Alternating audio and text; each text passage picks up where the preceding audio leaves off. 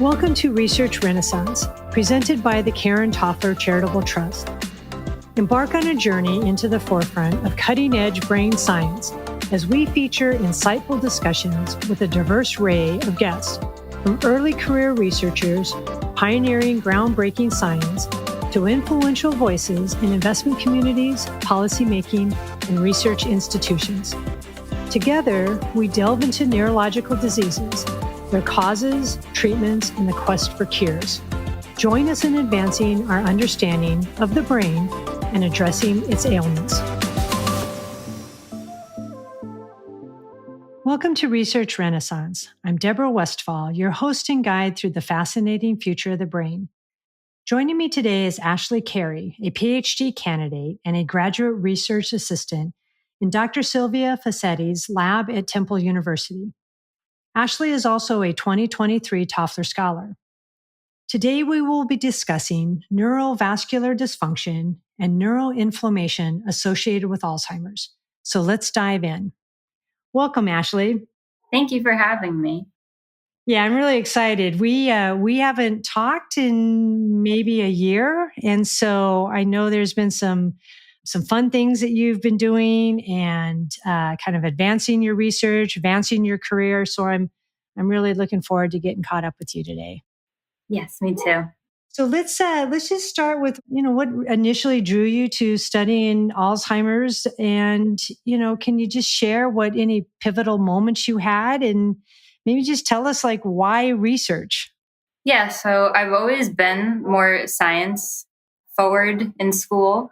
And I actually, for the longest time, I really wanted to be a marine biologist. But then all of a sudden in high school, I got introduced to the topic of neuroscience, which, during that time, it was an emerging research field. So I started to do more research into it. And then as soon as I went to Lafayette, I knew I was going to declare my major as neuroscience. And the whole time I really was just pre-med. But then I met a really awesome professor at Lafayette College, Dr. Reynolds.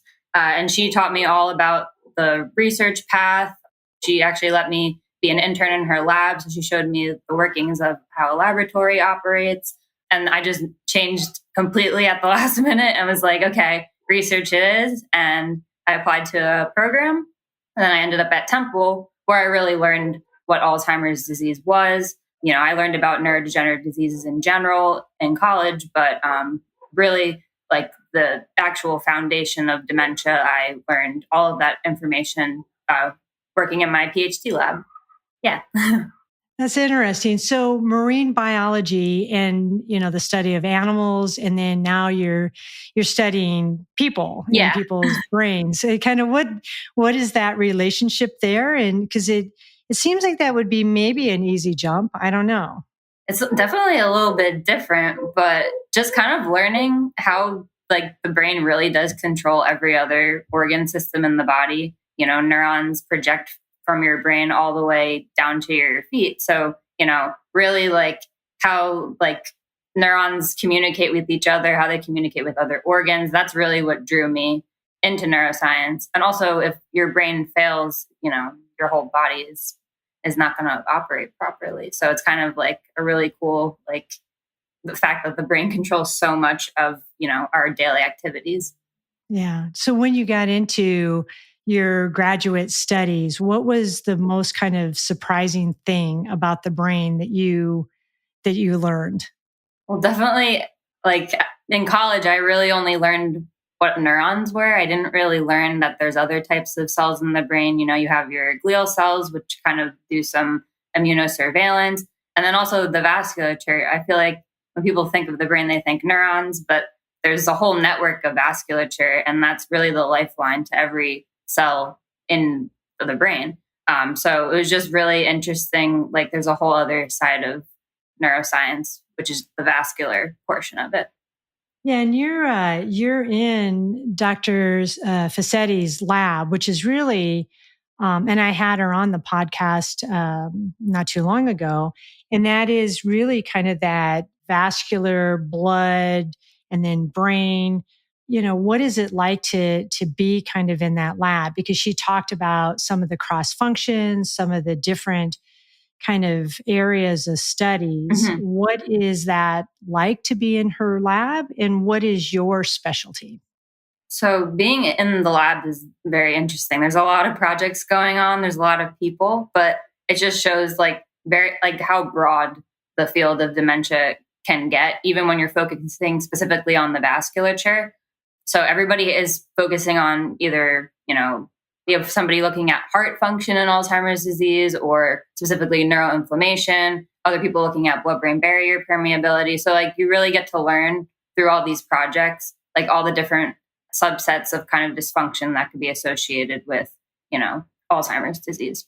And your kind of specialty is, or, the projects that you work on, what are those focused on? So my thesis mainly focuses on looking at how cardiovascular risk factors impact Alzheimer's disease pathology and risk, specifically looking at diseases and risk factors such as hyperhomocystinemia. It's a condition involving excessive plasma homocysteine levels, which you can get from having deficiencies within vitamins within the body, and it causes a buildup of this metabolite in your blood, and it's very detrimental to not only your peripheral organs but also your brain. And then also I look at hypertension as well as a risk factor for Alzheimer's disease, and specifically how it impacts cerebral endothelial cells within the brain's vasculature.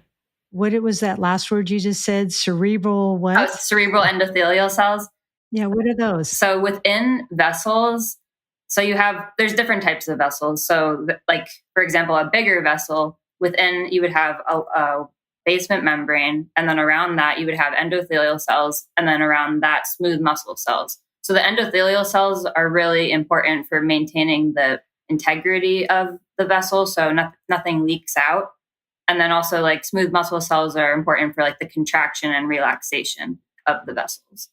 And then smaller vessels would have endothelial cells, but instead of smooth muscle cells, we would have pericytes. So both vessels have endothelial cells. So they're kind of a major component of all types of vessels in the body. So, this is kind of a new area of study, this idea that there's this relationship between the vascular system and the brain. How fast do you think it's moving? It's fairly new. Yeah. But how fast do you think it's moving? Are we advancing that knowledge pretty quickly? I think we are. I think a lot of people are starting more basic science. So trying to look at very specific molecular mechanisms that risk factors could, or due to the vasculature to progress Alzheimer's disease. But I think a big thing would be trying to find biomarkers to kind of identify these, something that we could use to screen. So if you have a risk factor, you could screen for this biomarker and see if you're having an increased risk for dementia. I think that's really where the field is trying to head with this. So that's a little bit slower, but I think a lot of good basic science is getting done, especially even in Dr. Fasadi's lab, we're really understanding how the cardiovascular system and its health can impact the brain. How much do you guys study then the external? Because if you have risk factors because of genetics or, some of the, maybe just the things in life, mm-hmm. but there's other patterns of life or there's environmental aspects that also, how much do you kind of look at the environmental aspects? Yeah, I guess these risk factors in part, they are genetic, but also lifestyle choices, I suppose. If these could be, high homocysteine in your blood could be caused also by, a poor diet, hypertension, also eating, too much salty foods or, not exercising enough, having too much stress. I think that all interconnects, back to kind of lifestyle choices. But we haven't really focused on other specific diabetes or anything like that. Yeah. So the time that you've been in your graduate studies and with working with Dr. Fasadi, what are some of the kind of the significant findings that you've had from, some of the projects you're working and some of the risks that or some of the research that you've been doing? So specifically focusing on hyperhomocystinemia, we just published a paper in Aging Cell, actually, And we found some really interesting findings within that study, particularly when we expose those cerebral endothelial cells that compose the vessels in the brain. When we expose them to amyloid beta, which is the main misfolded protein within Alzheimer's disease, and also high levels of homocysteine, we could see that there is an additive or a worsened level of endothelial cell dysfunction. So specifically, we see activation of cell death pathways, particularly something called apoptosis, which is programmed cell death, and also necrosis. Additionally, we found that exposure of the endothelial cells to homocysteine and amyloid beta also additively decreases the barrier integrity that these cells are able to achieve. So their barrier is more permeable, so it would allow for the leakage of, immune cells causing inflammation or other, bad blood-borne proteins into the brain. And also we found that this additive treatment also exacerbates proliferative or growing capabilities of endothelial cells. So, they're getting injured, but they also are unable to grow and form new vessels. So it's kind of just like a very vicious cycle with this amyloid plus this risk factor where you're getting continuous vessel damage and then the vessels aren't able to recover. So, well, first of all, that's a really cool thing that you published in that. And I saw somewhere that it had, when it came out, it was one of the most downloaded reports of the year in that publication. Is that true? Yeah. That's a big deal. Yeah. Yeah. I was excited. Awesome. Congratulations for that. Thank you. Awesome. Yeah, that's great. So, and I don't know because I don't quite, of course I don't quite understand, but if we have drugs that can clear up some of the amyloid, is this your findings? Is there still such damage to the brain that, it wouldn't matter if the amyloid's cleaned out? Am I understanding that correctly? Yeah, that's kind of so there's a lot of things that are happening actually before the amyloid is accumulating and causing significant damage. And that's where the whole vascular changes come in. So those vascular changes seem to be occurring before even amyloid starts to accumulate. So although it would be helpful to clear the amyloid and, not have it be, sitting on the vessels and causing damage to the endothelial cells, still we have to tackle the vascular alterations that happen before that. Because once we have changes in blood flow and, if there's areas of the brain that aren't getting enough oxygen and nutrients, that can cause a lot of neuronal death and can contribute to cognitive decline as well. Yeah. Wow, that's pretty interesting. So, as a PhD candidate and graduate researcher, what are some of the biggest challenges that you're kind of faced with? And because I don't think a lot of people understand it's a long journey from undergraduate to graduate to a PhD candidate, and then you have to do your postdoc work. Exactly. Tell us about that journey and what are some of the challenges, especially as you look forward.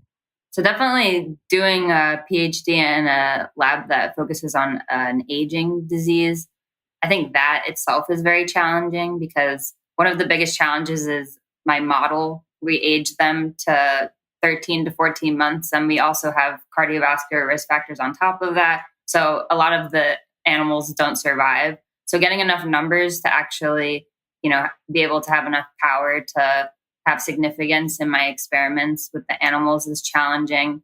Also, just studying the brain in general, like we said, everything is very interconnected. A lot of pathways overlap.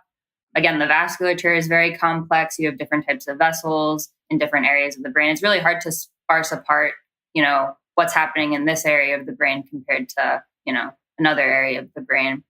And then also just funding is always a challenge as well, especially as a PhD student. You don't really have, too many options. You could get like a fellowship or look for outside scholarships. So that's challenging, especially because they decrease the NIA pay line for aging research. So it's very challenging, not just for me because I'm not submitting grants right now, but for, my PI, it's stressful. Yeah. They just did that too, didn't they? Just this past year. Yes, exactly. So that means less money next year exactly for this area. Yeah, for dementia research. Yeah, which is Yeah. problematic. Yeah, that is very problematic. I'm kind of curious when and I don't know if you mentioned your animal model, but do you deal with tissue samples from like the brain bank to do that? And is those slices, if you would, of the brain, do they show enough that you can use that to understand that vascular system and that blood-brain barrier? Yeah, I've never gotten samples, human samples. They're really hard to come by. We do have some just like control samples for, Alzheimer's and cerebral amyloid angiopathy, which is that's the more vascular deposition of the amyloid. So I have run some experiments with those, and they do give some interesting information. But for my project, I was trying to find also like dementia patients that had cardio risk factors as well to kind of get a little bit more translational with the results. But I don't do this, but another person within our lab, she actually collected blood samples from dementia patients, and she's seeing if they have these different cardio risk factors, and she's measuring different biomarkers within human patients. So that could reveal, like I was saying, a biomarker to screen possibly. Yeah. So it's going to be interesting once she finishes. Yeah. Yeah. And when you said, the brain tissue is hard to get a hold of, it's just, I don't think people realize how expensive it is to even get some of that. Is that what you're talking about? Yeah. And the availability. People are, constantly, like you're on a waiting list basically, because I feel like there's not that many brain banks. I feel like there's less brain banks compared to other organ, especially like if you're keeping specifically Alzheimer's brains. So I know there's a few around the US, but yeah, definitely availability and then also money for sure. Yeah. Yeah, and you talked about funding, and you're a Toffler Scholar. You got a grant for that. How not to plug the too much on the trust, but how important was that to kind of helping you? Because it was in the world of grants, it was pretty small, but I think pretty important. Yeah, for me, it definitely it helped me. I was able to order a bunch of kits for this machine called the Samoa. It's a very like high tech biomarker screening machine with high sensitivity. We just got the new one, so I was able to get a lot of kits. So I'm going to be running those. Also, I was able to travel to the Alzheimer's Association conference last year with that, which was awesome. And I got to network and share my results and get some feedback and stuff. But yeah, and I'm definitely probably going to also trying to do RNA sequencing as well. So that's something that's more on the expensive end. So saving that for that experiment as well. So that it's very helpful for sure. Yeah. And what is the RNA sequencing that you're going to do? What are you trying to answer with that? Ideally, it would be nice to do single cell sequencing where I could focus specifically on RNA changes within the endothelial cells. But if I could just take an area of interest in, Alzheimer's disease, for example, like the hippocampus, and sequence all the genes in that area and compare it between, my wild type and my Alzheimer's mice, and then see how the risk factors affect gene expression. It could lead to, it's really good for pathway analysis. They can group things together and kind of show that like this pathway is being really affected by this. So it's just it gives you a lot of information in a very quick, efficient way. So what are we talked about a little bit about you're in that, in between kind of the cardiovascular system and the nervous system, and you work within that. What are some of the other kind of interdisciplinary connections or collaborations that you work with? Do you have people in your lab that you're working with like big data or computational experts, or what is that kind of collaboration that inside the lab and inside your projects?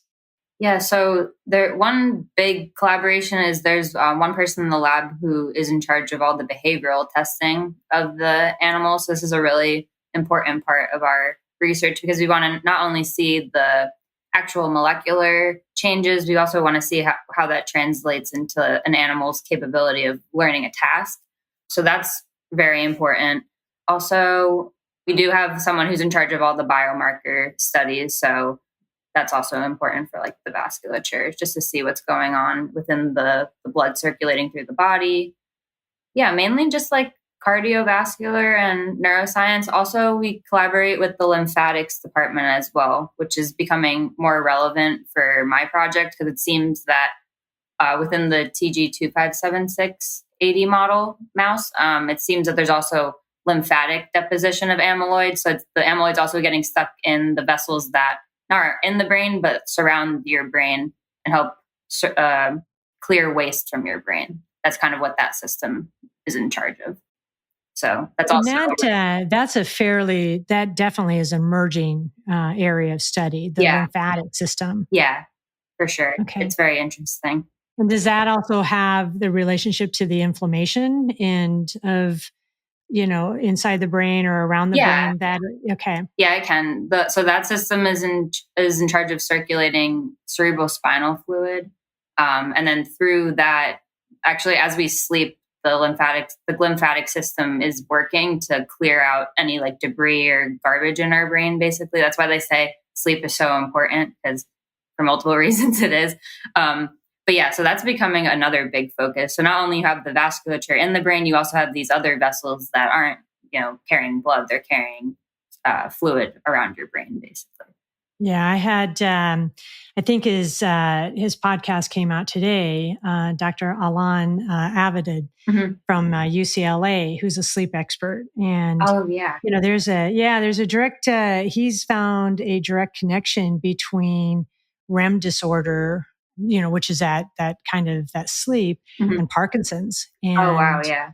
Yeah. So you're right. Sleep is really important. We don't tend to get enough of it sometimes. especially as a graduate researcher, you don't probably get a lot of sleep. No, that is very true. So in your opinion, what are some of the kind of the most effective ways to raise public awareness and support research? You talked about, especially in Alzheimer's research and funding. You talked about NIA kind of cutting its funding. You've talked about how hard it is to get funding for you and for your PIs. What do you think, especially from maybe the younger generation? You speak for a kind of a different cohort. What do you think, we could do to kind of raise that awareness? I think definitely like just open platforms. I think this podcast is a great idea. Open platforms where anyone can listen and, learn more about these diseases, just the general public, just to raise awareness that, especially like, for example, dementia is a huge problem now, but in 50 years, it's projected to, quadruple the amount of cases. So just to show that this is going to become a worse public health issue, and we should maybe be diverting some funds over to the aging research kind of situation. So yeah, I think just this, and also going to scientific conferences and sharing ideas and thoughts with people at the conferences. It's not just researchers; it's also other types of people that could provide you with funding, perhaps, or collaborate with you. So definitely just talking to people, I think, and just raising awareness that way. I think one of the better ways to do it. Yeah, no, I think that's good. I've heard from several people that Alzheimer's and dementia, the more we learn, the more we know it starts way early in our lives, and that it may not be just. It is the active aging, but not for the aged. And I'm just really curious, because you're in there and you're seeing things and you're learning things about, kind of as you said, the behavior of life. Has, being in the lab, does this ever motivate you to get out there and exercise more, or, take care more, eat less salt? Definitely does. Especially I'm like thinking about like vitamins. I'm like, oh, I hope I get enough of these vitamins because these are important. No, it definitely makes me think about my lifestyle, just like my exercise, my diet, trying to not obtain, hypertension in midlife. So I don't, increase my risk, because that is for sure a well-established connection. It's good because like reading about it helps me with my research, but also in my own life, I like to try to at least implicate a couple of the, things I learned. Yeah, it would probably be kind of scary to like, no, that. Sometimes exactly. I wish I didn't know. Yeah, right, right. I'm like, yeah, that's so. I know you're in Sylvia's lab there, and she's one of your mentors. How important is someone like her? And I'm sure you've had other really amazing mentors. How important is that to you? Being a mentor, having good mentorship. Can you talk a little bit about that? Yeah. Having a good mentor, especially during your PhD, is very important. Sylvia's very busy, but if like anytime I need help or a question, she always makes herself available. But, she really has taught me like basically everything I know about the laboratory. I really didn't have that much experience, starting a PhD right out of undergrad. But no, if I didn't have a good mentor, this process would have been a lot more difficult for sure. But yeah, it just kind of shows me like what kind of scientist I want to be. And then eventually when I've mentored some, younger students, but when I'm in her position, maybe one day I want to model myself after that. So yeah. So what advice do you have to those people that are kind of a few years behind you? They're wanting this career. Mm-hmm. They've made that decision to move from marine biology to studying the brain. What kind of advice would you give them now in hindsight?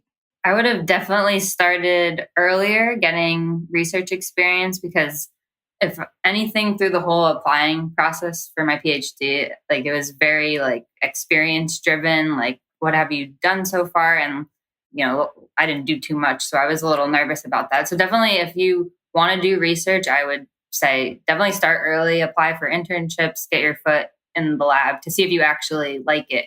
Because it's not just, it's a lot of different things, throughout the day. Sometimes you're analyzing data at your computer, and then sometimes you're running around like doing 10 experiments at the same time. So it's like to see if you actually like it, and also take the time to like go through all of the neurodegenerative diseases to see which one piques your interest. Because although they have commonalities, there's a very long list, and they all have, different outcomes. Some affect your cognition, some your motor.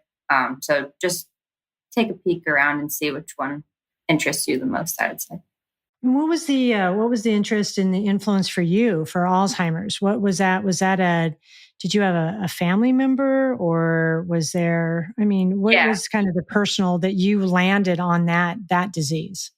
Neuroscience in general has that significance because several of my family members had some neurological issues, whether it was mild cognitive impairment, as they were fighting a different disease, or another one of my family members actually had cancer and it spread to the brain. So I started to, really look into neuroscience after that, because I wanted to know what was going on, because I was, old enough to, be curious and want to know. So that kind of pushed me towards that.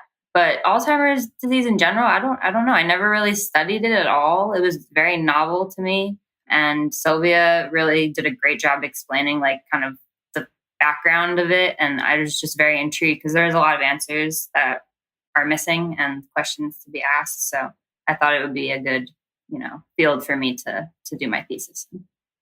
So as you kind of complete your PhD, because when do you defend? Because you have to defend your thesis, correct? Yeah. In your paper, yeah. Yeah, so September 4th of 2024, this year. And then, so very soon. Yes, very soon. So I'm writing right now.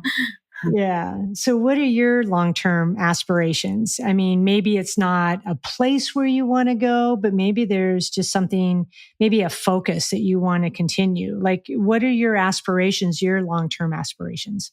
I definitely, so once I defend, I'm going to stay with Sylvia for a bit and finish up this in vivo portion of my project. But really long term, I'm open to working for a company, but I really want it to be neurodegenerative disease based. But also, I'm not opposed to academia either. I think I might try to apply for a grant while I'm a postdoc in her lab and see how that goes and see if I can get some funding. But long term, I would like to keep studying Alzheimer's disease and especially the vasculature. But I also wouldn't be opposed to, taking that vascular component and moving to a different neurodegenerative disease either, just to switch up my knowledge, kind of learn more about a different disease. Yeah. Can you just kind of elaborate a little bit? Because you're at these, these pretty big fork in the road. And, some would say, if you've just spent all this time in academia, well, why don't you just stay in academia? It's, could you just elaborate a little bit about maybe the thought process or the decision making that goes, through somebody's head when they're, they're at this, because there's challenges in all the different pathways, right? Either way. Exactly. Yeah. Cause industry and like working for a company, there's not too many jobs open right now. It's way harder to get a job. But academia, everyone's looking for postdocs, looking for faculty positions. But then in terms of that, you have to then, once you get hired as a faculty position, you have to then keep writing grants. And if they keep decreasing the pay line, it becomes even harder and harder, to make that percentage to, get funded. So it's kind of like, it's a hard decision to make. I just really want to find somewhere where I like what I'm studying and, I like the techniques they use and kind of like the overall goal of, the project. Yeah, it's kind of crazy to think it is something so important for us that impacts almost everyone, whether or not we get it ourselves or we have family members, that it's so hard to keep people in the positions to be able to learn and to understand and to solve these problems, because that just it just really just kind of blows me away that we don't know that much about the brain. We really don't understand, but yet and so there's just a lot of information, and we need people like you and those that are in Sylvia's lab to figure this out. Exactly. Yeah. There's a lot to be found out for sure. So when you look out in the next 5 or 10 years, what do you think some of the, besides maybe the funding and such, what do you think are some of the greatest, challenges or the greatest opportunities in this area of neuroscience and understanding Alzheimer's and dementia? Where do you, is it technology? Is it policy changes? What do you think are some of the challenges and opportunities? I think definitely technology for sure, because, most of the time, like people don't actually get diagnosed with Alzheimer's disease until they pass away, because you have to do the postmortem analysis and confirm, because we don't have really anything that could, scan the head and say, oh, there's amyloid there. So just really like new screening techniques. Like if we could catch some changes starting to happen, like, some vascular changes, maybe some decreases in blood flow to specific areas, and we could track that with like FDG PET or something like that.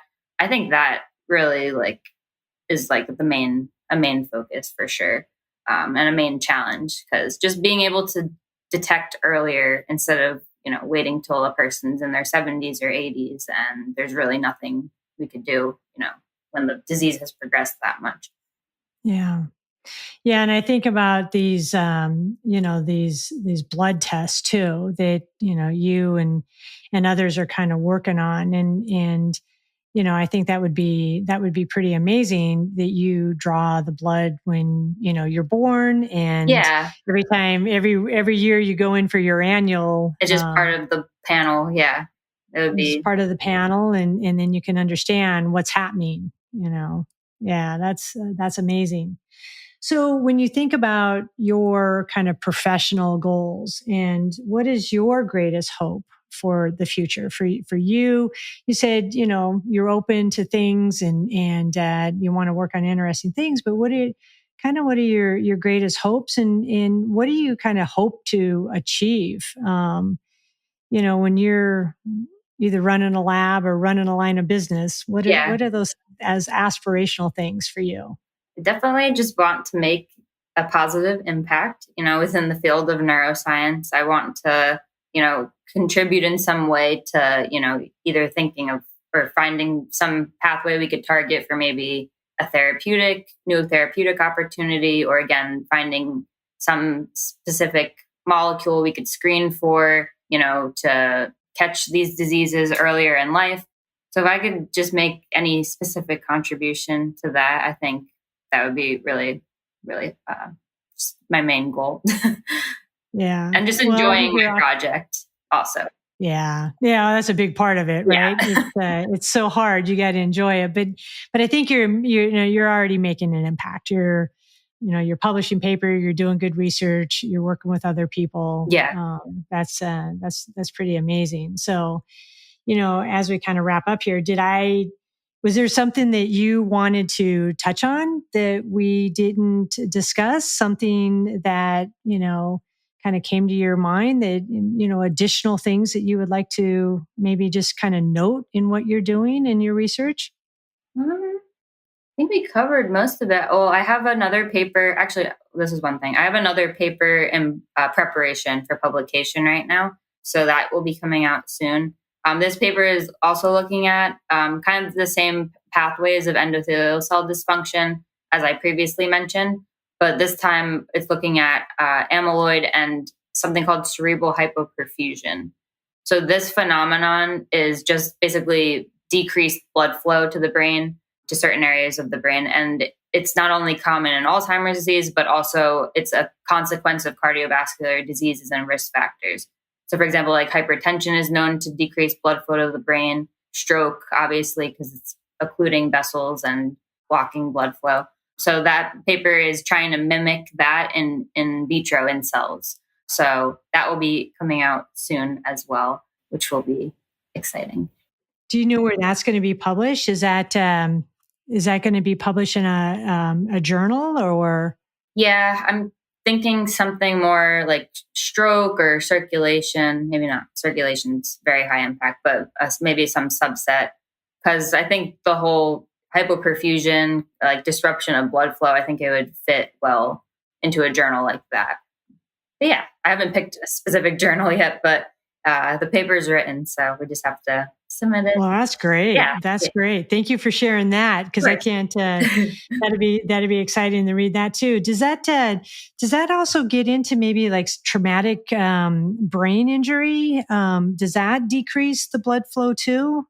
Yeah, I think that's also been shown to disrupt the hemodynamics, of the blood flow in the brain. I'm not sure about long term, but definitely acutely, like following the impact. Yeah. But a lot of like risk factors, even like things with the diseases with the heart, like heart failure or myocardial infarction, like all of those events have also been shown to disrupt blood flow, which makes sense because everything and like all the circulation in your body is connected. So if you disrupt one area, the brain, which requires the most oxygen and nutrients, is going to be heavily affected. Yeah. Yeah. We don't in our normal day-to-day connect those things, but it definitely makes sense. Mm-hmm. Yeah. Yeah. Yeah. Yeah. More research needs to be done in that, but that's wonderful. So Ashley, as we kind of wrap up here, if people want to get a hold of you, get copies of your paper, wonder what you're going to be doing after you defend, or just learning a little bit more about what you do, how do people get in contact with you? Definitely find me on LinkedIn. It's just Ashley Carey, Carey. Is my last name. But I think my resume is on there with my phone number as well as my personal and work email. So either way, I'll check it and find it. Yeah. Yeah. Well, this has been great, and it's been wonderful to catch up with you. And congratulations on the 2 publications. That's pretty amazing. And good luck with your defending your your work here. And we'll check in soon to see where you land afterwards. But it's been a real pleasure, and I've really enjoyed getting caught up with you. Same to you. Thank you so much. Thank you for joining Research Renaissance. For more information and to stay updated, subscribe for more episodes and visit our website at tofflertrust.org. Feel free to call us if you have any thoughts, suggestions, or just want to find out more about the Karen Toffler Charitable Trust. Until we meet again, onward and upward.